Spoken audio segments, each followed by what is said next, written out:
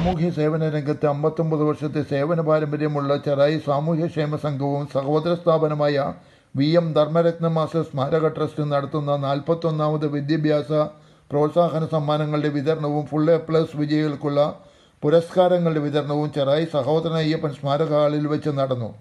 ചടങ്ങിൽ സാമൂഹ്യക്ഷേമ സംഘത്തിൻ്റെയും ധർമ്മരത്നം മാസ്റ്റർ സ്മാരക ട്രസ്റ്റിൻ്റെയും സെക്രട്ടറി KK രത്നൻ സ്വാഗതം പറഞ്ഞു. സംഘം പ്രസിഡന്റും ട്രസ്റ്റ് ചെയർമാനുമായ PS ചിത്തരഞ്ജൻ അധ്യക്ഷത വഹിച്ചു. ഉദ്ഘാടനവും പുരസ്കാര വിതരണവും വൈപ്പിൻ MLA KN ഉണ്ണികൃഷ്ണൻ നിർവഹിച്ചു. തുടർന്നുള്ള അനുമോദനവും പുരസ്കാര വിതരണവും പൂയപ്പള്ളി തങ്കപ്പൻ മാസ്റ്റർ നിർവഹിച്ചു. സഹോദരൻ സ്മാരക സംഘം സെക്രട്ടറി KK ജോഷി അനുമോദന പ്രസംഗം നടത്തി. തുടർന്ന് കൊച്ചി താലൂക്ക് സർക്കിൾ സഹകരണ union chairman PB Sajeevan, ward മെമ്പർമാരായ ഷീല ഗോപി, സൂരജ് വീട്ടി തുടങ്ങിയവർ ആശംസകൾ അർപ്പിച്ചുകൊണ്ട് സംസാരിച്ചു. സംഘം ജോയിന്റ് സെക്രട്ടറി TR മുരളി നന്ദിയും പറഞ്ഞു. ഈ സമ്മേളനത്തിൽ അധ്യക്ഷത വഹിക്കുന്നത് സംഘത്തിൻ്റെ പ്രസിഡന്റും നമ്മുടെ VM ധർമ്മരത്നം മാസ്റ്റർ ട്രസ്റ്റിൻ്റെ ചെയർമാനുമായ ശ്രീ PS ചിത്തരഞ്ജൻ അവர்களാണ്. അദ്ദേഹത്തെ ഔദ്യോഗികമായി ഞാൻ സ്വാഗതം ചെയ്യുന്നു. ഇവിടെ ഈ സമ്മേളനം ഉദ്ഘാടനം ചെയ്യാൻ പുരസ്കാരങ്ങൾ നൽകാനുമായി നമ്മുടെ ക്ഷണം സ്വീകരിച്ചിട്ട് ബഹുമാനപ്പെട്ട നമ്മുടെ പ്രിയപ്പെട്ട MLA ഇവിടെ എത്തിയിട്ടുണ്ട്. MLAക്ക് നിങ്ങളുടെ എല്ലാവരുടെയും പേരിൽ ഞാൻ സ്വാഗതം ആശംസിക്കുന്നു. ഈ സമ്മേളനത്തിൽ വിദ്യാർത്ഥികൾക്ക് അനുമോദനം അർപ്പിക്കുന്നതിന് വേണ്ടി നിങ്ങളിൽ പലരുടെയും മക്കളുടെയും ഗുരുനാഥനായ ശ്രീ പൂയപ്പള്ളി തങ്കപ്പൻ മാസ്റ്റർ എത്തിയിട്ടുണ്ട്. അദ്ദേഹം നമ്മുടെ സംഘം അംഗമാണ്. നമ്മുടെ സമ്മേളന പരിപാടിയിൽ പല ഘട്ടങ്ങളിലും പങ്കെടുത്തിട്ടുണ്ട്. ഇത്തവണയും അദ്ദേഹത്തെ നമ്മൾ ക്ഷണിച്ചു, അദ്ദേഹം ക്ഷണം സ്വീകരിച്ചു, ഇവിടെ എത്തിയിട്ടുണ്ട്. ശ്രീ തങ്കപ്പൻ മാസ്റ്റർ നിങ്ങൾക്കറിയാവുന്നതുപോലെ നമ്മുടെ പൂയപ്പള്ളി പ്രദേശത്ത് ജനിച്ചെങ്കിലും പഠനവും അവിടെ തന്നെ അധ്യാപക ജോലിയുമായി 40 വർഷത്തിൽ കൂടുതൽ നമ്മുടെ നാട്ടിൻ്റെ സാന്നിധ്യമാണ്. അതിന് തുടക്കം ഇവിടെ തന്നെയാണ് അദ്ദേഹം താമസം. കേരള സാഹിത്യ അക്കാദമിയുടെ അവാർഡ് നേടിയിട്ടുള്ള സാഹിത്യകാരനാണ്, ഗാന രചയിതാവാണ്. നമ്മുടെ സമ്മേളനം നടക്കുന്ന സ്മാരകത്തിന് സഹോദരൻ അയ്യപ്പൻ സ്മാരകത്തിൻ്റെ സെക്രട്ടറിയായി 15 വർഷത്തിലധികം സേവനമനുഷ്ഠിച്ചിട്ടുണ്ട്. ഇപ്പോൾ സ്മാരകത്തിൻ്റെ വൈസ് ചെയർമാൻ കൂടിയാണ് ശ്രീ തങ്കപ്പൻ മാസ്റ്റർ. നിങ്ങളുടെ എല്ലാവരുടെയും പേരിൽ ഞാൻ സ്വാഗതം ആശംസിക്കുന്നു. ആ സമൂഹമാണ് അന്ന് അദ്ദേഹം മരിച്ചു കഴിഞ്ഞപ്പോൾ അതിൻ്റെ ജഡം സംസാരിക്കാനായിട്ട് മുന്നോട്ട് വന്ന് അതിലെ ആ സംസ്കാര ചടങ്ങ് ഏറ്റെടുത്ത 3 ടീമുകളിൽ ഒരാളാണ്. 3 പേര് ഇപ്പോൾ ഇവിടെ ഉണ്ട്. അതിലൊരാൾ സൂരജ്, മറ്റൊന്ന് നമ്മുടെ പ്രദീപ്, DC പ്രദീപ്, മൂന്നാമത്തെ ആളും ഇവിടെ ഉണ്ട്. പേര് ഇപ്പോൾ ഞാൻ ഓർക്കുന്നില്ല. കണ്ണൻ എന്ന് വിളിക്കുക. പുള്ളിയുടെ പേര് വേറെയാണ്, കണ്ണൻ എന്നാണ് വിളിക്കുന്നത്. ഷീല ഗോപി, സൂരജ്, രാജേഷ് ദത്തു, രാജേഷ് മുരളി, മറ്റു സംഘത്തിൻ്റെ മെമ്പർമാര്, പ്രിയപ്പെട്ട കുഞ്ഞുങ്ങളെ, കുട്ടികളെ, നമ്മുടെ ഈ സംഘത്തിൻ്റെ 41ാമത് വിദ്യാഭ്യാസ പ്രോത്സാഹന സമ്മാനമാണ്. വിദ്യാഭ്യാസം എന്നത് വെളിച്ചമാണ്. വെളിച്ചം എന്ന് പറയുമ്പോൾ ആ സൂര്യൻ ലോകം മുഴുവൻ വെളിച്ചം പകരുന്ന ആ സൂര്യൻ നമുക്ക് ഒഴിവാക്കാൻ പറ്റാത്ത ഭൂമിഘടനയുടെ ഒന്നാണ്. അതേപോലെ അതിൻ്റെ പ്രവർത്തനം എന്ന് പറയുന്നത് പല സമയങ്ങളിലാണ്. സൂര്യൻ ഒരിക്കൽ ഉദിക്കുന്നു, അതിങ്ങനെ കറങ്ങി പല സമയത്തായിട്ട് രാജ്യത്തിന് വെളിച്ചം നൽകുന്നു. അതുപോലെ ഇന്ന് നമ്മുടെ ഇന്ത്യയിൽ പല സംസ്ഥാനത്തും സൂര്യൻ ഉദിക്കുന്നത്, ഏറ്റവും ആദ്യം ഉദിക്കുന്നത് നാഗാലാൻഡിലാണ്. അതേപോലെ തന്നെ വിദ്യാഭ്യാസത്തിൻ്റെ വെളിച്ചം എന്ന് പറയുന്നത് ലോകം അറിയുന്ന വിദ്യാഭ്യാസത്തിൻ്റെ നെറുകയിൽ നിന്നുകൊണ്ട് ഇപ്പോഴും വിദ്യാഭ്യാസം പൂർത്തീകരിക്കാത്ത നല്ല ശാസ്ത്രജ്ഞന്മാരും നല്ല നല്ല അധ്യാപകരുമുള്ള അവരുടെ മേഖലയിൽ മാത്രമല്ല അവർ നിറഞ്ഞു നിൽക്കുന്നത്. ഇപ്പോൾ ഉദാഹരണമായിട്ട് നമ്മുടെ വിദ്യാഭ്യാസ മേഖലയിൽ ഒരുപാട് പ്രോത്സാഹനം നമ്മുടെ പ്രിയപ്പെട്ട MLA നൽകുന്നുണ്ട്. ഉന്നത വിദ്യാഭ്യാസത്തിനും അതേപോലെ വിദ്യാഭ്യാസ പ്രോത്സാഹന സമ്മാനദാനങ്ങളും MLA വൈപ്പിങ്കരയിൽ സംഘടിപ്പിക്കുന്നുണ്ട്. പല ക്ലബ്ബുകളും പല സമിതികളും പല സംഘടനകളും ഇതേപോലെ കുട്ടികളുടെ വിദ്യാഭ്യാസം ഊർജിതപ്പെടുത്തുന്നതിന് വേണ്ടി നല്ല രീതിയിലുള്ള പ്രവർത്തനമാണ് കാഴ്ചവെക്കുന്നത്. ഇതെല്ലാം കാണിക്കുന്നത് സമൂഹത്തിന്റെ ഉയർച്ചയ്ക്കും വിദ്യാർത്ഥികളുടെ നല്ല രീതിയിലുള്ള വളർച്ചയ്ക്കും വേണ്ടിയിട്ട് അവർ പാഴായി പോകാതെ ഇത്ര കണ്ട് കേരളത്തിലെ സമൂഹം കാത്ത് കൈപ്പിടിയിൽ ഒതുക്കി നിർത്തുന്നതാണ് നമ്മുടെ വിദ്യാർത്ഥികൾ. അത് മനസ്സിലാക്കിക്കൊണ്ട് തന്നെ വിദ്യാർത്ഥി സമയത്ത് നമ്മുടെ വിദ്യാഭ്യാസം പൂർണ്ണതോതിൽ വിനിയോഗിക്കണമെന്ന് മാത്രമാണ് ഈ അവസരത്തിൽ എനിക്ക് പറയാനുള്ളത്. അഭിനന്ദനത്തിൻ്റെ 1000 പൂച്ചെണ്ടുകൾ അവർക്ക് മുമ്പിൽ ഞാൻ സമർപ്പിക്കുകയാണ്. സാമൂഹ്യക്ഷേമ സംഘം നടത്തിവരുന്ന വിവിധങ്ങളായ സാമൂഹ്യ പ്രവർത്തനങ്ങൾ വളരെ ശ്രദ്ധേയമായതും സവിശേഷ പ്രാധാന്യം അർഹിക്കുന്നതുമായ ഒന്നാണ്. പ്രത്യേകിച്ച് ഇന്നത്തെ സമൂഹം വർഗവിഭജിതമായ ഒരു സമൂഹത്തിനകത്ത് തനിക്കെന്ത് കിട്ടും എന്ന് ആഗ്രഹിക്കുന്നൊരു വലിയൊരു വിഭാഗം ജനതയുടെ നടുവിൽ സ്വാർത്ഥതയും അതുപോലെ സ്വജനപക്ഷപാതത്തിനുമെല്ലാം മേൽക്കൈ നേടാൻ വേണ്ടിയുള്ള ശ്രമങ്ങൾ നടത്തുന്ന ഈ കാലത്ത് സാമൂഹ്യ പ്രവർത്തനത്തിൻ്റെ പുതിയ അധ്യായങ്ങൾ രചിച്ചുകൊണ്ട് സാമൂഹ്യക്ഷേമ സംഘം ഇപ്പോഴും അതിൻ്റെ പഴയ പ്രതാപവും ചൈതന്യവും നിലനിർത്തുന്നു എന്നുള്ളത് അഭിനന്ദനാർഹമായ ഒരു കാര്യമാണ്. 40-41 വർഷമെല്ലാം ഇതുപോലെ ഒരു സംഘടനയ്ക്ക് സമൂഹത്തിൽ പ്രവർത്തിക്കാൻ കഴിയുക എന്നുള്ളത് തന്നെ വലിയൊരു ഭാഗ്യമാണ്. നമ്മുടെ നാട്ടിൽ ഇത്തരത്തിലുള്ള സംഘടനകൾ പലപ്പോഴും ജന്മം കൊണ്ട് തന്നെ ജനനമെടുക്കുന്ന ആ സന്ദർഭത്തിൽ തന്നെ മരണമടയുന്ന ധാരാളം അനുഭവങ്ങൾ നമ്മുടെ മുമ്പിലുണ്ട്. എന്നാൽ നമ്മുടെ ഈ വൈപ്പിങ്കരയുടെ മണ്ണ് സാമൂഹ്യ പ്രവർത്തനത്തിൻ്റെ ഒരുപാട് കാര്യങ്ങൾ അടയാളപ്പെടുത്തിയിട്ടുള്ളൊരു മണ്ണാണ്. അതിൽ നിങ്ങൾക്കെല്ലാം പരിചിതമായ പഴയ തേജസ്വിനി അമ്മയാണെങ്കിലും അതുപോലെ തന്നെ സർവോദയകുലിൽ ഉൾപ്പെടെയുള്ള ആളുകൾ സാമൂഹ്യ പ്രവർത്തനത്തിൻ്റെ ഏറ്റവും ഉദാത്തമായ മാതൃകകളാണ്. അതുപോലെ ഉള്ള മറ്റ് നവോത്ഥാന നേതാക്കന്മാർ, സാമൂഹ്യ പരിഷ്കർത്താക്കൾ, രാഷ്ട്രീയ നേതാക്കന്മാർ അവരെല്ലാം ഉയർത്തിയ പരസഹായത്തിൻ്റെയും അതുപോലെ സാമൂഹ്യ പ്രവർത്തനത്തിൻ്റെയും എല്ലാം മഹത്തായ ദീപശിഖ മുന്നോട്ട് കൊണ്ടുപോകാനുള്ള സാമൂഹ്യക്ഷേമ സംഘത്തിൻ്റെ ഈ പ്രവർത്തനങ്ങൾ വളരെ അഭിനന്ദനാർഹമാണ്. പ്രത്യേകമായി ഞാൻ സംഘത്തെ അഭിനന്ദിക്കുകയാണ്. ഇതുപോലൊരു വിദ്യാഭ്യാസ പരിപാടി മുടക്കം കൂടാതെ നടത്തുന്നതും ശ്രദ്ധേയമായിട്ടുള്ളൊരു കാര്യമാണ്. നമ്മുടെ വിജയികളായിട്ടുള്ള കുട്ടികൾ തീർച്ചയായും നല്ല നിലയിൽ അഭിനന്ദനം അർഹിക്കുന്ന ഒന്നാണ്. കാരണം അവർ നേടിയ ഈ ഉന്നതമായ വിജയം എന്ന് പറയുന്നത് ഒന്ന് അവരുടെ കഠിനമായ പരിശ്രമം കൊണ്ട് തന്നെയാണ്. മറ്റൊന്ന് അവരുടെ രക്ഷിതാക്കളെക്കാൾ കൂടുതൽ അവരുടെ ഭാവിയെ രൂപപ്പെടുന്നതിൽ വലിയ പങ്ക് വഹിച്ചിട്ടുള്ള അധ്യാപകർ വഹിച്ചിട്ടുള്ള പങ്ക് പ്രധാനമാണ്. അപ്പം അതെല്ലാം മറന്നു പോകാതെ അതെല്ലാം ഓർത്തുവെക്കാനും നമ്മുടെ വിദ്യാഭ്യാസ കാലത്ത് അവർ പകർന്നു നൽകിയ എല്ലാ നല്ല ആശയങ്ങളെയും കൂടുതൽ പ്രോജ്വലിപ്പിച്ച് മുന്നോട്ട് പോകാൻ അവർക്ക് കഴിയട്ടെ എന്ന് ഞാൻ ആശിക്കുകയാണ്. നമ്മൾ ഈ കുട്ടികളെല്ലാം ഇപ്പോൾ പഠിച്ചു വളർന്നു വന്നത് നല്ല വിജയം നേടിയതിന് ഇന്നത്തെ കാലത്തൊരു പ്രത്യേക സവിശേഷതയില്ല. നമ്മുടെ ശ്രദ്ധയിലെല്ലാം ഉണ്ടെങ്കിലും നമ്മൾ അത്രയും ശാസ്ത്രീയമായി വിശകലനം ചെയ്തിട്ടുണ്ടാകില്ല എല്ലാവരും.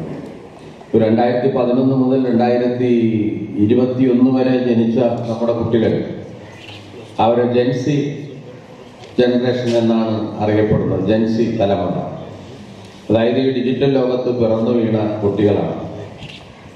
നമ്മൾ പഴയ തലമുറയിൽപ്പെട്ട അല്ലെങ്കിൽ പഴയ ആളുകളെല്ലാം ജനിച്ചു വളർന്നൊരു സാഹചര്യമല്ല അവരുടേത്. ഈ ഡിജിറ്റൽ ലോകത്ത് ജനിച്ചു വീണ ഈ പുതിയ കുഞ്ഞുങ്ങൾ അല്ലെങ്കിൽ അതിൻ്റെ ഈ ഇപ്പോഴത്തെ ന്യൂ ജനറേഷൻ നമ്മുടെ കുട്ടികളെന്നൊക്കെ പറഞ്ഞു കഴിഞ്ഞാൽ അവർ ജനിക്കുമ്പോൾ തന്നെ മൊബൈൽ ഫോണിൻ്റെ റിംഗ് ടോൺ ശബ്ദം കേട്ടാണ് അവർ ഉണരുകയും വളരുകയും ഒക്കെ ചെയ്തിട്ടുള്ളത്. അവരുടെ രീതികളിൽ, അവരുടെ സംസ്കാരങ്ങളിൽ, അവരുടെ ഇടപെടലുകളിലെല്ലാം വലിയ മാറ്റങ്ങൾ നമുക്ക് കാണാൻ കഴിയും.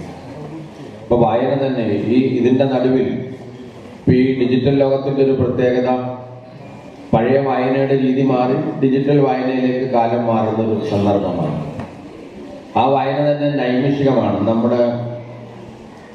നമുക്ക് ആഹ്ലാദം പകരുന്ന തലച്ചോറിലെ ഹോർമോണുകൾ, ഡോപ്പമിന്റെ പ്രവർത്തനങ്ങളെ കൂടുതൽ ഉദ്ദീപിപ്പിക്കാൻ കഴിയത്തക്ക തരത്തിൽ വളരെ വളരെ പെട്ടെന്ന് ചടുലമായി വാർത്തകൾ, സംഭവങ്ങൾ എല്ലാം നല്ല കലാമേന്മയോടും സംഗീതത്തിന്റെ അകമ്പടിയോടും ഒക്കെ നമ്മുടെ മൊബൈൽ ഫോണുകളിൽ നമുക്ക് പെട്ടെന്ന് കിട്ടും, അല്ലേ? ഫേസ്ബുക്കില്, യൂട്യൂബില്, വാട്സാപ്പിലെല്ലാം കിട്ടും. അതിലഭിരമിക്കുന്ന ആളുകളെ സംബന്ധിച്ചിടത്തോളം വായന കുറവായിരിക്കും. എന്നാൽ വായിക്കുമ്പോൾ നമുക്ക് കിട്ടുന്നൊരു സുഖവും, നമ്മൾ അതിൻ്റെ പല ഓർമ്മകൾ കാത്തു സൂക്ഷിക്കുകയും, ഒരു പുസ്തകം വായിക്കുമ്പോൾ നമുക്കൊരു പുതിയ ലോകം നമുക്ക് മുന്നിൽ തുറന്നു കിട്ടുകയാണ്. പക്ഷേ ഈ ഡിജിറ്റൽ ലോകത്ത് ജനിച്ചു വളരുന്ന കുട്ടികൾ, ഇന്നത്തെ മഹാഭൂരിപക്ഷം വരുന്ന ആളുകൾ ഈ നവമാധ്യമങ്ങളിലും എല്ലാം അഭിനയിക്കുന്ന ആളുകളാണ്. ഇതിൻ്റെ എല്ലാം നടുവിൽ, ഇതിൻ്റെ എല്ലാം വലിയ പ്രസരണം നിലനിൽക്കുന്നതിൻ്റെ നടുവിൽ നമ്മുടെ കുട്ടികൾ വായിച്ച് പഠിച്ച് വളർന്ന് ഇതുപോലെ വിജയം നേടുക എന്നുള്ളതൊരു വലിയ അഭിനന്ദനാർഹമായിട്ടുള്ളൊരു ബഹുമാനപ്പെട്ട രക്ഷാകർത്താക്കളെ, സുഹൃത്തുക്കളെ, ഇപ്പോൾ സത്യത്തിൽ പ്രസംഗിക്കാനുള്ളൊരു കഥ പറയാനാണ് എത്തിയിട്ടുള്ളത്.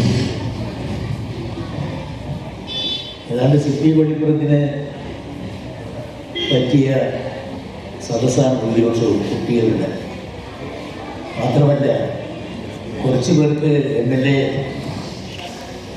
ഈ ഉപഹാരങ്ങൾ കൊടുത്തു കഴിയുമ്പോൾ അതൊന്നും കിട്ടിക്കഴിഞ്ഞ് ഞങ്ങൾക്ക് പോകാമായിരുന്നു എന്ന മനോഭാവത്തിലാണ് കുട്ടികൾ മാത്രമല്ല രക്ഷാകർത്താക്കളും എന്ന് എനിക്കൊരു സംശയമുണ്ട്. ഒരു കഥയുണ്ട്, ഒരു പഴയ കഥ, ഒരു കഥകളി നടൻ്റെ കഥ. കേരളത്തിൻ്റെ തനത് കലയാണ് കഥകളി എന്ന് പറയുന്നത്.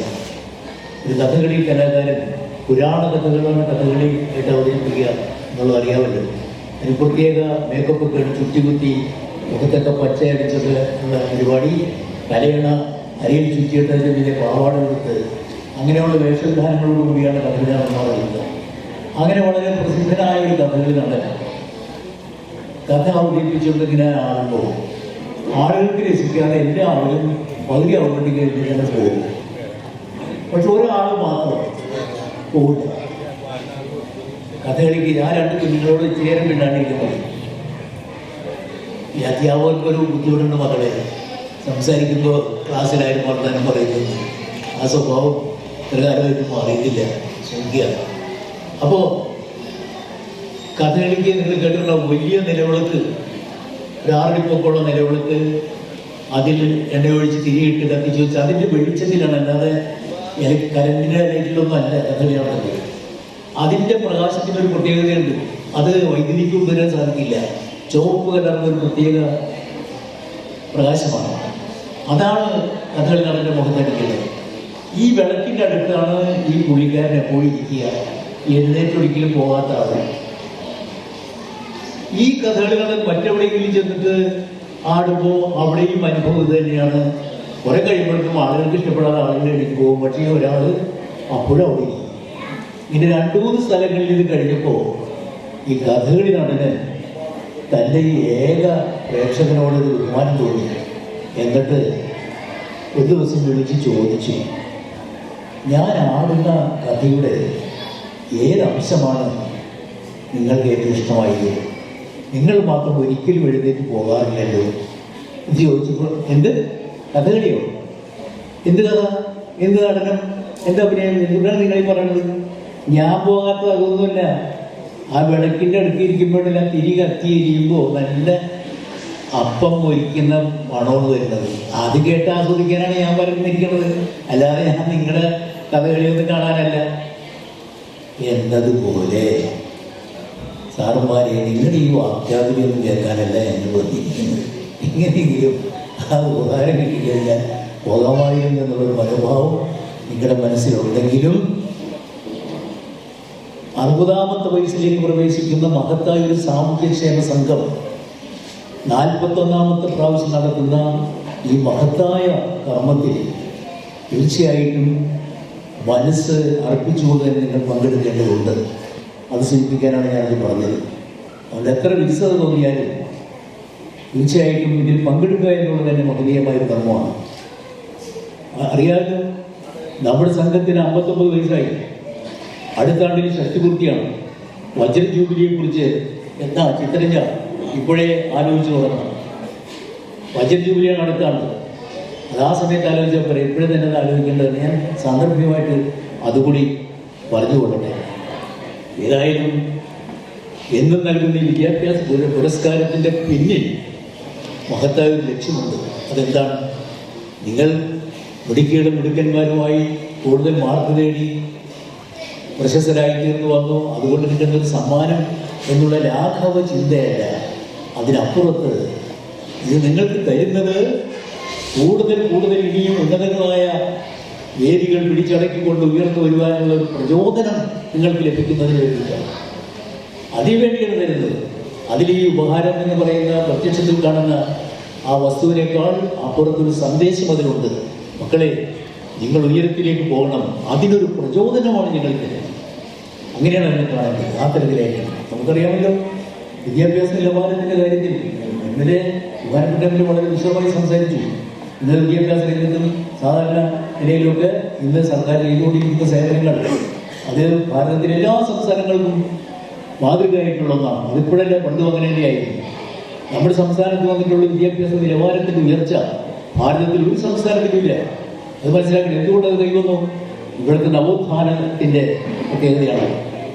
അയ്യാവൈകുണ്ഠ സ്വാമികൾ, അതുപോലെ ചട്ടമ്പി സ്വാമികൾ, ശ്രീനാരായണ ഗുരു, പണിക്കർപ്പൻ, അയ്യങ്കാളി, വൈകേരി യോഹന്നാൻ, വക്കമൗലവി, അബ്ദുൾ റഹ്മാൻ സാഹിബ്, ഡോക്ടർ പൽപു, സഹോദരൻ അയ്യപ്പൻ തുടങ്ങിയ വീട്ടി ഭട്ട് കരിപ്പാട്, MC ജോസഫ്, കുറ്റിപ്പഴകൃഷ്ണപിള്ള, ഇങ്ങനെ അനവധി പേരുകൾ പറയാനുണ്ട്. അങ്ങനെ 19ാം നൂറ്റാണ്ടിൻ്റെ അന്ത്യദശകം തുടങ്ങിയ ഒരു 1.5 നൂറ്റാണ്ട് കാലഘട്ടത്തോളം നിരന്തരമായി നടന്ന നവോത്ഥാന പ്രക്രിയയുടെ ഫലമായിട്ടാണ് നമ്മുടെ നാട് ഇത്രമാത്രം ഉയരത്തിലെത്തിയത്. ആളുകളെ ഉണർത്തുന്നതിന് വേണ്ടി കൊടുത്തൊരു ഷോക്ക് ട്രീറ്റ്മെന്റ്, ഒരു ആഘാത ചികിത്സയായിരുന്നു അരിപ്പുറത്തെ പ്രതിഷ്ഠ. എടാ, നിനക്കും അതിന് അവകാശമുണ്ടെന്നാണ് പറഞ്ഞത്. അങ്ങനെ ക്ഷേത്രങ്ങൾ ഒരുപാട് പ്രതിഷ്ഠിച്ചു. അത് കഴിഞ്ഞ് 1916 പറഞ്ഞു, ഇനി ക്ഷേത്രങ്ങൾ വേണ്ട, കാരണം അന്ധവിശ്വാസം നിർമ്മാർജ്ജനം ചെയ്യപ്പെടുമെന്നാണ് നാം കരുതിയത്. പക്ഷെ അത് കൂടി വരുന്നു, അതുകൊണ്ട് ക്ഷേത്രങ്ങൾ വേണ്ട. ഇരിക്കാലക്കുടയിൽ നിന്ന് ക്ഷേത്രം സ്ഥാപിക്കണമെന്ന് പറഞ്ഞുകൊണ്ട് ആലുവ ദ്വൈതാശ്രമത്തിൽ വിശ്രമിക്കുമ്പോൾ അവിടെ ചെന്ന ആളുകളോട് ഗുരു പറഞ്ഞത്, ഇനി മുതൽ ക്ഷേത്രങ്ങളല്ല വിദ്യാലയങ്ങളാണ് വേണ്ടത്, കരകൗശലശാലകളും. അത് കേട്ടിരുന്ന MC ജോസഫ് അത് രേഖപ്പെടുത്തിയിട്ടുണ്ട്. ഇനി മുതൽ അതാണ് വേണ്ടത്, വിദ്യാലയങ്ങളാണ് വേണ്ടതെന്നാണ്. ഞാൻ പറഞ്ഞു വന്നത്, അവിടെ തുടങ്ങുന്നു വിദ്യാലയത്തിൻ്റെ മഹിമ, നമ്മുടെ പാരമ്പര്യം. അങ്ങനെ കേരളം ആ നിലയിൽ വിദ്യാഭ്യാസ രംഗത്ത് ഇന്ത്യയിൽ തന്നെ 1ാം സ്ഥാനത്തെത്തി. സാധാരണ പറയാറ് 59-60 വയസ്സിലേക്ക് അടുക്കുകയാണ്. 60 വർഷങ്ങൾക്ക് മുമ്പുണ്ടായിരുന്ന സാഹചര്യമല്ല എന്ന് നമുക്കറിയാം. ആ ഒരു പ്രത്യേക സാഹചര്യത്തിൽ ഒരു മരണം പോലുള്ള ഒരു പ്രശ്നം ഒരു വീട്ടിലുണ്ടായാൽ അതെങ്ങനെ കൈകാര്യം ചെയ്യും എന്ന് അറിയാതെ പകച്ചു നിന്നൊരു കാലം. ആ കാലത്താണ് ഒരു നല്ല ആളുകൾ കൂടി ചേർന്നുകൊണ്ട് മരണാനന്തര ചടങ്ങുകൾ വളരെ ഭംഗിയായി ബഹുമാനത്തോടെ നടത്തണം എന്ന ഉദ്ദേശത്തോടുകൂടി ഇതുപോലെ ഒരു സംഘം തുടങ്ങുകയും അത് ഒരു സാമൂഹ്യക്ഷേമ സംഘമായി പടർന്ന് പന്തലിക്കുകയും ചെയ്തു. നമ്മളൊരു കാര്യം മനസ്സിലാക്കേണ്ടത്, ഈ സംഘത്തോടൊപ്പവും അല്ലെങ്കിൽ അതിന് മുൻപോ അതിനുശേഷം നമ്മുടെ ചെറായി ഭാഗത്ത് ധാരാളം ഇതുപോലുള്ള സംഘങ്ങളുണ്ടായി. പക്ഷെ പലതും ഇപ്പോൾ നിലവിലില്ല. നമ്മുടെ സംഘത്തേക്കാൾ പ്രൗഢിയിൽ ഒരു കാലത്ത് ഉണ്ടായിരുന്ന പല സംഘങ്ങളും മൺമറഞ്ഞു പോയപ്പോൾ ഈ പുറകിൽ നമ്മുടെ പ്രദേശത്ത് കാലാകാലമായി വന്ന ഇതിൻ്റെ ഭരണ സാരഥികൾ ജാഗ്രതയായ ഒരു തീരുമാനമെടുത്തതിൻ്റെ പേരിലാണ് ഈ സംഘം ഇപ്പോൾ നടന്നു വരുന്നത്. അതുകൊണ്ട് തന്നെ ഈ തുടങ്ങിയ ആളുകളും ഇതുവരെ ഈ സംഘത്തെ നയിച്ച ആളുകളെയും അഭിനന്ദിക്കാൻ കൂടി ഞാൻ ഈ അവസരം ഉപയോഗിക്കുകയാണ്. ഏറ്റവും ഇവിടെ തങ്കപ്രസാദ് വളരെ വ്യക്തമായി പറഞ്ഞു, മനുഷ്യന് ഏറ്റവും പ്രധാനം വേണ്ടത് വിദ്യാഭ്യാസമാണ്. പണ്ട് കാലത്ത് അറിയപ്പെട്ടല്ല, ഈ വിദ്യാഭ്യാസ രംഗത്ത് ഇതുപോലുള്ള വലിയ പ്രാധാന്യം നമ്മുടെ കുടുംബക്കാർ കൊടുത്തിരുന്നില്ല. എൻ്റെയൊക്കെ ചെറുപ്പകാലത്ത് പോലും ആ സമയത്ത് പോലും വിദ്യാഭ്യാസത്തിന് കുട്ടികളെ ഇത്രയും പ്രോത്സാഹനം ചെയ്ത കാലഘട്ടം ഉണ്ടായിരുന്നു. പഠിപ്പിക്കുമായിരുന്നു, പക്ഷെ ഇതുപോലെ അവരുടെ വിദ്യാഭ്യാസ ചെലവുകൾ മറ്റെല്ലാ ചെലവുകളും മാറ്റിവെച്ച് ചെയ്യാനും ഏറ്റവും നല്ല വിദ്യാഭ്യാസം തന്റെ മക്കൾ കിട്ടണം എന്ന നിശ്ചയദാർഢ്യം തോടുകൂടിയുള്ള പ്രവർത്തനം വരുന്നില്ല. അതുണ്ടാകാനുള്ള കാരണം ഇവിടെ സൂചിപ്പിച്ചാണ്. നമ്മുടെ വലിയ നേതാക്കന്മാരും വലിയ ജ്ഞാനികളും വിദ്യാഭ്യാസത്തിലാണ് പ്രാധാന്യം കൊടുക്കേണ്ടത്. പള്ളികളെക്കാൾ കൂടുതൽ പള്ളിക്കൂടങ്ങളാണ് ഉണ്ടാക്കേണ്ടത്. അമ്പലങ്ങളെക്കാൾ കൂടുതൽ ആരാധനകളെ കൂടുതൽ അധ്യയന ശാലകളാണ് ഉണ്ടാക്കേണ്ടത് എന്ന വലിയ ഗുരുക്കന്മാരുടെ മഹത്വചനത്തെ തുടർന്നാണ് ധാരാളം വിദ്യാഭ്യാസ സ്ഥാപനങ്ങൾ വരികയും വിദ്യാഭ്യാസത്തിൽ കൂടുതൽ ഊന്നൽ നൽകുകയും ചെയ്യും. അതിന്റെ ഭാഗമായി എല്ലാ വീടുകളിലും വിദ്യാസമ്പന്നരായ ആളുകൾ ഉണ്ടാകുന്ന ഒരു സ്ഥിതിയിലേക്ക് എത്തി. കാലം വീണ്ടും മാറി മാറി പോവുകയാണ്. പണ്ടത്തെ മാറി എന്നുള്ളത് ഈ അടുത്ത കാലത്ത് വർത്തമാനകാലത്ത് പല ലേഖനങ്ങളും പല പ്രശ്നങ്ങളും ഇന്ന് മനസ്സിലാവുന്നുണ്ട്. അതെന്തുകൊണ്ട് ഏതായാലും നല്ല രീതിയിൽ പഠിക്കാനും അത് സമൂഹത്തിൽ പ്രചരിപ്പിക്കാനും നമ്മുടെ അതിനെ പ്രോത്സാഹിപ്പിക്കാനും നമ്മുടെ സംഘം കാണിക്കുന്ന ഈ താല്പര്യത്തെ വളരെ സ്നേഹത്തോടെ അവർ അഭിവാദ്യം ചെയ്യാം. അതുപോലെ തന്നെ മറ്റു പലയിടത്തും ഇല്ലാത്ത രീതിയാണ് 1-ാം ക്ലാസ് മുതൽ കുട്ടികൾക്ക് പൈസ കൊടുക്കുക അല്ലേ. മറ്റ് +1 10-ാം ക്ലാസ്സിൽ A+ കിട്ടിയാൽ അല്ലെങ്കിൽ +2 A+ കിട്ടിയാൽ അങ്ങനെയുള്ള മറ്റു പലർക്കും കൊടുക്കുന്നുണ്ട്. ഇതാവില്ല 1-ാം ക്ലാസ് മുതൽ നമ്മുടെ പ്രദേശത്തുള്ള കുട്ടികളെ ഏറ്റവും ബ്രില്യൻ്റായിട്ട് ഏറ്റവും നന്നായി പെർഫോം ചെയ്യുന്ന ഏറ്റവും നന്നായി പഠിക്കുന്ന 1-ാം ക്ലാസ് വരെ കുട്ടികളെ എത്തി അവർക്ക് ചെറുതോ വലുതോ ആയ ഉപഹാരങ്ങൾ കൊടുക്കുക എന്ന് പറഞ്ഞാൽ അത് നിസ്സാര കാര്യമില്ല. ഇപ്പോ കഴിഞ്ഞുപോയ കാലങ്ങളെ കുറിച്ച് പലരും ഓർക്കാറുമില്ല, പറയാറുമില്ല. അതിൻ്റെ കുറവ് നമ്മുടെ സമൂഹത്തിനുണ്ട്. ഇപ്പൊ ഇതുപോലെ സമ്മാനങ്ങളൊന്നും വർഷങ്ങൾക്ക് മുൻപ് ആരും വാങ്ങാൻ ശേഷി ഉണ്ടാകുമായിരുന്നില്ല, അത് കൊടുക്കാനും ആളുണ്ടായിരുന്നില്ല.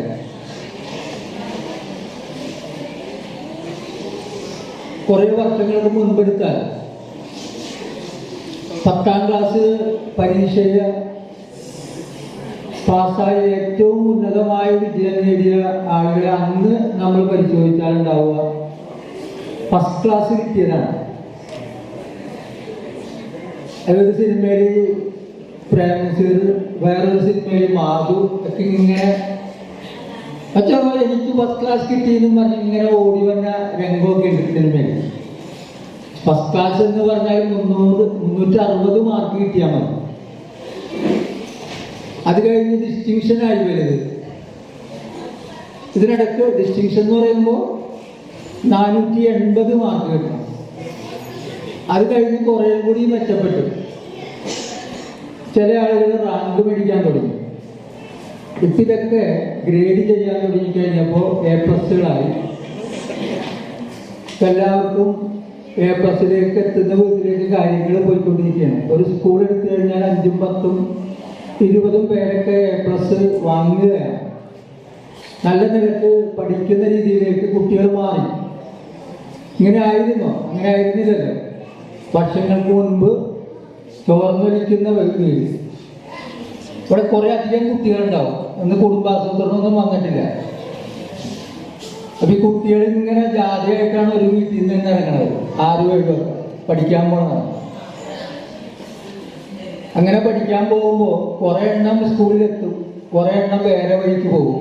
ലാത്തി ചാർജൊക്കെ ഉണ്ടാവും പോണ വഴിക്ക്. നന്നായിട്ട് പഠിക്കണം എന്ന് മാതാപിതാക്കൾ ആഗ്രഹിക്കുന്ന കുട്ടികളെ അടിച്ച് ലാത്തി ചാർജ് ചെയ്ത് പുളിയുറുമ്പ് കുടയും എന്നൊക്കെ പറഞ്ഞ് ഭീഷണിപ്പെടുത്തി സ്കൂളിലെത്തിച്ചിരുന്ന ഒരു കാര്യമുണ്ടായിരുന്നു. ആ സ്കൂളിലെത്തിയാൽ തന്നെ പരമാവധി പഠിക്കുന്നത് 4-ാം ക്ലാസ് വരെയാണ്. 4-ാം ക്ലാസ്സിൽ വളരെ ആകർഷകമായിട്ടുള്ളൊരു സംഗതിയാണ് ഉണ്ടായിരുന്നത്. ഇവിടെ കുറെ ആൾക്കാർക്ക് അത് അറിയാൻ പറ്റും. 4-ാം ക്ലാസ് വരെ ആകർഷകമായിട്ടുണ്ടായിരുന്നത് പഠിക്കാൻ പോകുമ്പോൾ അവരുണ്ടാക്കുന്ന ഉപ്പുമാവാണ്. ഇന്നാണ് ഉച്ചക്കഞ്ഞി തുടങ്ങിയത്. അപ്പൊ ഈ ഉപ്പുമാവിന്റെ ഒരു പ്രത്യേക മണമുണ്ട്. ഇപ്പോഴത്തെ പിള്ളേർ അത് കണ്ടു കഴിഞ്ഞാൽ അവിടെ തലറിഞ്ഞ് വീഴും. എന്നാൽ അന്ന് ആ ഉപ്പുമാവിന്റെ മണം എന്ന് പറഞ്ഞൊരു ഭയങ്കര ആകർഷണമായിരുന്നു. ആ ഉപ്പുമാവിന്റെ മണം ആകർഷിക്കപ്പെട്ടാണ് ഈ 4-ാം ക്ലാസ് വരെ എത്തണത്. 4-ാം ക്ലാസ് കഴിഞ്ഞ് 5-ലോട്ട് കടന്നു കഴിഞ്ഞാൽ പിന്നെ ഉപ്പുമാവുമില്ല, ഒന്നുമില്ല. അതോടുകൂടി പഠിത്തം നിൽക്കണം. അങ്ങനെ പഠിത്തം അതോടുകൂടി തീരണം.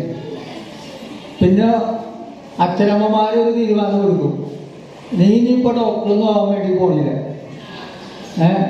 എഞ്ചിനീയറും ആവാൻ പോണില്ല, ഒരു പണി കയറി ഇരിക്കാൻ പോകും. ഇവിടെ അങ്ങനെയാണ് പറഞ്ഞിരുന്നത്. കിഴക്കൻ മേഖലയിലാണെങ്കിൽ കൃഷിപ്പണിക്ക് പോകും. അപ്പം അച്ഛനമ്മമാർ തന്നെ അങ്ങനെ തീരുമാനം എടുക്കേണ്ടി വരുന്ന ഒരു സ്ഥിതിയായിരുന്നു. പട്ടിണിയാണല്ലോ. പണിയെടുത്താൽ അന്നന്നത്തേക്കുള്ള അരിയും അതിനാവശ്യമായിട്ടുള്ള കറിക്കാവശ്യമായിട്ടുള്ള സാധനങ്ങൾ വാങ്ങാൻ കഴിയുമായിരുന്നില്ല. അങ്ങനൊരു കാലം ഉണ്ടായിരുന്നു. അത് നമ്മൾ മറന്നുപോയി പലരും.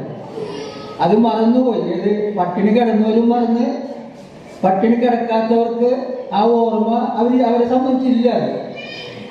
ആ കാലഘട്ടത്തിലുണ്ടായിരുന്ന വിദ്യാഭ്യാസത്തിൻ്റെ ഇടയിൽ, അങ്ങനെയുള്ള കാലഘട്ടത്തിൽ ഇതിനെല്ലാം മുറിച്ചു കടന്ന് പോയ ആളുകളിൽപ്പെട്ടാണ് തങ്കപ്പ സാറിനെ പോലുള്ള ആൾക്കാർ. അന്നത്തെ കാലത്ത് അന്നുണ്ടായ പ്രയാസങ്ങളെയൊക്കെ മറികടന്ന് പോയ ഒരുപാട് പേരുണ്ട്. ആ ഒരുപാട് പേര് അന്നത്തെ ഉന്നത വിദ്യാഭ്യാസം നേടിയവരായി മാറി. ഇന്നിപ്പോൾ പഠിക്കാൻ പോകുന്നതിൽ തന്നെ ബഹുഭൂരിപക്ഷം വരുന്ന കുട്ടികളും ഉന്നതമായ വിജയം നേടുന്നതിന് പല കാരണങ്ങളിൽ ഒന്ന് നാം രണ്ട് നമുക്ക് രണ്ടാണ് അല്ലേ? ഒറ്റ കാര്യം മാത്രം കുട്ടികളോട് പറയാനുള്ളൂ. നിങ്ങൾക്ക് ഇപ്പോൾ പഠിക്കേണ്ട സമയമാണ്, പഠിക്കാനുള്ള സമയമാണ്. ആ സമയം പരമാവധി ഉപയോഗപ്പെടുത്തി നിങ്ങൾക്ക് എന്താണോ ലക്ഷ്യം കിട്ടുന്നത് ആ സ്ഥാനത്തേക്ക് എത്തിച്ചേരാൻ വേണ്ടി വളരെ ഊർജ്ജസ്വലരായി പ്രവർത്തിക്കുക. ഞങ്ങളുടെ എല്ലാവരുടെയും സഹായം നിങ്ങളോടൊപ്പം ഉണ്ടാകും. സ്നേഹവും കരുതലും ചേർത്ത് നിർത്തലും ഒക്കെ നിങ്ങളോടൊപ്പം ഉണ്ടാവും. നേരത്തെ ഇവിടെ സജീവത സൂചിപ്പിച്ചു. ഇതിനു മുന്നുള്ള സമയങ്ങളിലൊക്കെ കുറെ കാലങ്ങൾക്ക് മുൻപൊക്കെ സഹായിക്കാൻ ഒരു നോട്ട് ബുക്ക് വാങ്ങിത്തരാനോ ഒരു ഡ്രസ്സ് വാങ്ങിത്തരാനോ ഒക്കെ ഇല്ലാത്ത ഒരു കാലഘട്ടം ഉണ്ടായിരുന്നു. ഒരു ഡ്രസ്സ് ഇട്ട് പഠിക്കാൻ പോയിട്ടുണ്ട് ഞാനൊക്കെ. വീട്ടിലും വരണോളും നാട്ടിലും വരണോളും സ്കൂളിൽ പോകുമ്പോൾ വരണോളും ഒരു ഡ്രസ്സ് ഇട്ട് എല്ലാം നടന്നിരുന്ന അതേപോലെ ഒത്തിരി പേരുണ്ട്. ഒരു നോട്ട് ബുക്കിൽ 3 വിഷയം 4 വിഷയമൊക്കെ എഴുതുന്ന ആളുകളുണ്ടായിരുന്നു, ഞാൻ ഉൾപ്പെടെ ഉള്ളത്. അങ്ങനെ ഉണ്ടായ ഒരു കാലഘട്ടത്തിൽ ഇന്ന് ഒരു നോട്ട് ബുക്കിൽ എന്തെങ്കിലും 1 2 സെന്റൻസ് എഴുതി കഴിഞ്ഞാൽ അടുത്ത നോട്ട് ബുക്ക് അപ്പെടുക്കാൻ തന്നെ ആ ബുക്ക് വലിച്ചെറിഞ്ഞ് അടുത്ത ബുക്ക് എടുക്കും. അത്രയും സൗകര്യം നിങ്ങൾക്ക് ഇന്നുണ്ട്. അപ്പോൾ ആ ഒരു സൗകര്യം നിങ്ങൾക്ക് കിട്ടുന്ന ആ ഒരു സാഹചര്യമൊക്കെ നിങ്ങൾ ഉപയോഗപ്പെടുത്തിക്കൊണ്ട് നിങ്ങൾക്ക് കിട്ടുന്ന എവിടെ നിന്നൊക്കെയാണോ പഠിക്കാനായിട്ട് അവസരം കിട്ടുന്നത് അതൊക്കെ നിങ്ങൾ ഉപയോഗപ്പെടുത്തി നല്ല കുട്ടികളായി വളരാൻ, സമൂഹത്തെ സ്നേഹിക്കുന്ന, മാതാപിതാക്കളെ സ്നേഹിക്കുന്ന, ഗുരുനാഥന്മാരെ സ്നേഹിക്കുന്ന കുട്ടികളായി പരസ്പരം ബഹുമാനിക്കുകയും സ്നേഹിക്കുകയും ചെയ്യുന്ന മക്കളായി തീരാൻ നിങ്ങൾ എല്ലാവരും ശ്രമിക്കണം. അതോടൊപ്പം തന്നെ വീട്ടിലുണ്ടാക്കുന്ന പച്ചക്കറികളോ പഴങ്ങളോ ഒക്കെ അതോടൊപ്പം നിങ്ങളുടെ ഭക്ഷണ പദാർത്ഥങ്ങൾ ഉൾപ്പെടുത്തുകയും വറുത്തത് മാത്രം തരണമെന്ന് ചാട്ടിയെ പിടിക്കരുത്. അങ്ങനെയുണ്ടോ? കടല വേവിച്ചാൽ ഞാൻ കൂട്ടില്ല, ചെറുപയറുലത്തിയാലും ഞാൻ കൂട്ടൂല, എനിക്കിഷ്ടമില്ല. അമ്മനോട് ശണ്ട കൂടും, അത് കഴിക്കാതെ പോകും. ഇല്ലേ? അങ്ങനെയൊക്കെ ഇല്ലേ? പച്ചക്കറിയൊക്കെ അമ്മ അരിഞ്ഞ് വേവിച്ച് കഴിഞ്ഞാൽ അതൊന്നും ഇഷ്ടമില്ല. നിങ്ങൾക്ക് സ്കൂളിൽ ടീച്ചർ അവിടെ സ്കൂളിൽ കഞ്ഞി വെക്കുന്ന ചേച്ചിമാരെ പച്ചക്കറി ഇട്ട് കഞ്ഞി വെച്ച് കഴിഞ്ഞാൽ അത് ഇഷ്ടമില്ല. ഇല്ലേ? അങ്ങനെയൊക്കെ ഉണ്ട്. അപ്പൊ അതൊക്കെ കഴിക്കാതെ മാറ്റിച്ച് എന്തെങ്കിലുമൊക്കെ തൊട്ടുമുട്ടി കഴിച്ചു പോകും. പക്ഷെ അത് പോരാ. പഠിച്ചാൽ മാത്രം പോരാ. നമുക്ക് ആരോഗ്യമുള്ള മക്കളായി വളരണമെങ്കിൽ എന്ത് വേണം? പോഷക ഗുണമുള്ള ഭക്ഷണങ്ങൾ കൂടി കഴിക്കേണ്ടതുണ്ട്. ധാരാളം വെള്ളം കുടിക്കണം. ഇത്തരം കാര്യങ്ങൾ കൂടി നിങ്ങളുടെ ജീവിതത്തിൽ നിങ്ങൾ ശ്രദ്ധിച്ചുകൊണ്ട് പഠിച്ചു മിടുക്കരാകുവാനായിട്ട് നിങ്ങൾക്ക് എല്ലാവർക്കും ഒരു സാഹചര്യം ഉണ്ടാകട്ടെ എന്ന് മാത്രം ആശംസിച്ചുകൊണ്ട് ഇവിടെ ഉന്നത വിജയം കരസ്ഥമാക്കിയിട്ടുള്ള പാഠ്യേതര വിഷയങ്ങളിൽ മികവ് കാണിച്ച എല്ലാ കുഞ്ഞുമക്കളെയും ഏറ്റവും സ്നേഹത്തോടെ ആശംസിച്ചുകൊണ്ട് നിർത്തുന്നു. നന്ദി. ഈ ചടങ്ങിലേക്ക് എന്നെ ക്ഷണിച്ച ഈ സംഘത്തിന്റെ ഭാരവാഹികൾക്ക് അതിന് ഞാൻ നന്ദി പറയുകയാണ്. എന്തായാലും ഈ ഒരു വർഷത്തെ കൂടി ഈ കടമയിലേക്ക് എനിക്ക് വരാൻ പറ്റുള്ളൂ എന്നാണ് എൻ്റെ ഒരു വിചാരം. കാരണം അടുത്ത പഞ്ചായത്ത് തെരഞ്ഞെടുപ്പ് ഉടനെ ഉണ്ടാവും. എന്നിരുന്നാലും ഒറ്റ കാര്യം മാത്രം പറഞ്ഞുകൊണ്ട്, അതായത് കുട്ടികൾക്ക് വേണ്ടി ഒരു കാര്യം മാത്രം പറഞ്ഞുകൊണ്ട് ഞാൻ അവസാനിപ്പിക്കുകയാണ്. ഇതിപ്പോൾ നമ്മുടെ നല്ല വിദ്യാഭ്യാസങ്ങളെല്ലാവരും നമുക്ക് എല്ലാവർക്കും കിട്ടുന്നുണ്ട്. പക്ഷേ അതുപോലെ തന്നെയാണ് ഈ കുട്ടികൾക്ക് ഇപ്പോൾ നമ്മുടെ നാട്ടിലെ കുറെ ആളുകൾ മദ്യത്തിനും മയക്കുമരുന്നിനും അടിമകളാകുന്ന ഒരു സ്ഥിതിവിശേഷമുണ്ട്. ഇത് കണ്ടുകൊണ്ടാണ് നമ്മുടെ കൊച്ചുകുട്ടികൾ ഉൾപ്പെടെ വളർന്നു വരുന്നത്. ഞാനിത് പറയാൻ കാരണം നമ്മളുടെ പ്രദേശത്ത് തന്നെ ഇപ്പോൾ പല സ്ഥലങ്ങളിലും കഞ്ചാവ് എന്നുള്ളൊരു സംഭവം ഇപ്പോൾ ഒരു വിഷയമല്ലാതെ മാറിയിരുന്നു. പക്ഷെ അതിനേക്കാൾ ഉപരി ഇപ്പോ നൂതനമായിട്ടുള്ള ലഹരികളിലേക്ക് നമ്മളിലെ പല ആളുകളും കടന്നിരിക്കുകയാണ്. നമ്മുടെ പ്രദേശത്ത് തന്നെ പല ആളുകളും ക്രിമിനൽ വാസന കൂടിക്കൊണ്ട് കാപ്പ ഉൾപ്പെടെയുള്ള നടപടികളിലേക്ക് നമ്മളുടെ പ്രദേശത്തുള്ള ആളുകൾ തന്നെ പോവുകയാണ്. പത്രത്തിലൂടെയൊക്കെ നമുക്ക് വായിക്കാൻ കഴിഞ്ഞത്. അതുകൊണ്ട് എനിക്ക് കുട്ടികളോട് ഒരു കാര്യമേ പറയാനുള്ളത്, നമ്മളുടെ വിദ്യാഭ്യാസ കാലഘട്ടത്തും അതേപോലെ തന്നെ ആ വിദ്യാഭ്യാസം കഴിഞ്ഞ് നമ്മുടെ ജോലിയിൽ പ്രവേശിക്കുമ്പോഴും എല്ലാം തന്നെ നമ്മുടെ സമൂഹത്തിന്റെ നന്മയ്ക്കായിട്ട് ഞങ്ങൾ എല്ലാ പ്രവർത്തനങ്ങളും നടത്തണം.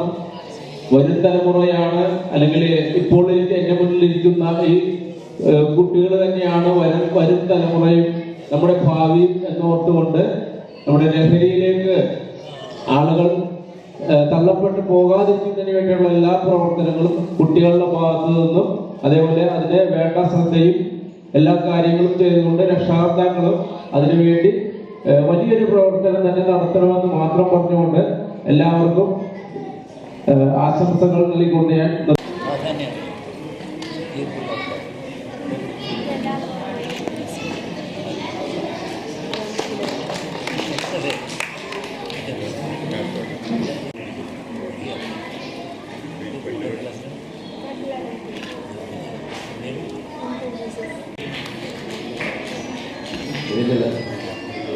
ഹരികൃഷ്ണൻ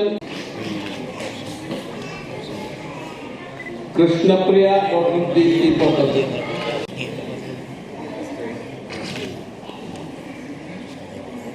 വിനയ്